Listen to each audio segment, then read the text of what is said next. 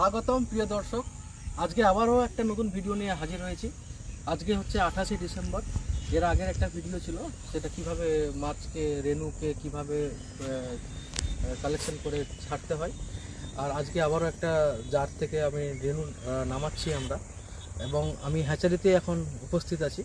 এই হ্যাচারির পজিশন দেখুন, এই হচ্ছে রাস্তার ধারে পুরো এইটা হচ্ছে পুকুর, ছোট পুকুর। মাছের রেনু ছাড়ার জন্য সমস্ত কিছু রেডি করা আছে। ওই দুটোতে মাছ ভর্তি আছে। আর আমাদের কনস্ট্রাকশন এখনও কিছু কিছু কাজ চলছে, ফুলফিল কমপ্লিট হয়নি।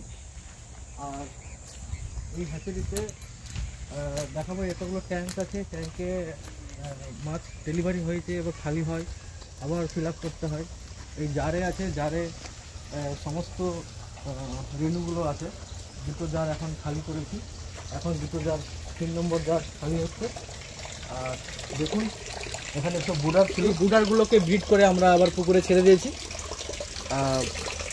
এখানে মেল 3টে, ফিমেল এখনও আছে, 2টো মেল আছে। এই দেখুন মাছের সাইজ, মেলের সাইজ 2টো মেল অলরেডি আছে। আবার এইবার দেখুন রেনুগুলো আমরা এই হাঁপাতে আমরা জড়ো করছি, এই হাঁপাতে কালেকশন করছি। এখনও আসছে না, কালেকশন চলছে প্রসেস। আমরা এই জারে একটা প্রথম জার, 1 নম্বর জার, এই জারে আমরা প্রথম জারে মাছগুলোকে দেখাচ্ছি কীরকম আছে। দেখুন কত মাছ আছে, দেখুন মাছের স্ট্রেংথ দেখুন।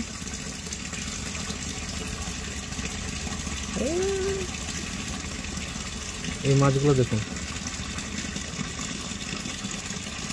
কত সুন্দর মাছ আছে। এটা হচ্ছে পিওর আমুর কার্পের বাচ্চা। দেখুন এই আমুর কার্পের বাচ্চাগুলো দেখুন কত স্ট্রেংথ ডেনসিটিতে আছে এবং খুব স্বাচ্ছন্দ্যে আছে।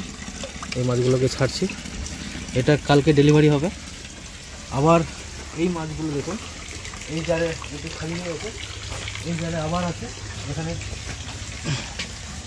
এই জারে আবার রেনু আছে, কত সুন্দর রেনু। দেখুন এই রেনুগুলো আমরা নিজেদের জন্য চারা করার জন্য বা ধানি করার জন্য আমরা ছাড়ছি। আমাদের হ্যাচারির সঙ্গে যোগাযোগ করতে চান তাহলে আমাদের স্ক্রিনে দেওয়া যে নাম্বারে আছে সেই নাম্বারের সাথে কন্ট্যাক্ট করবেন।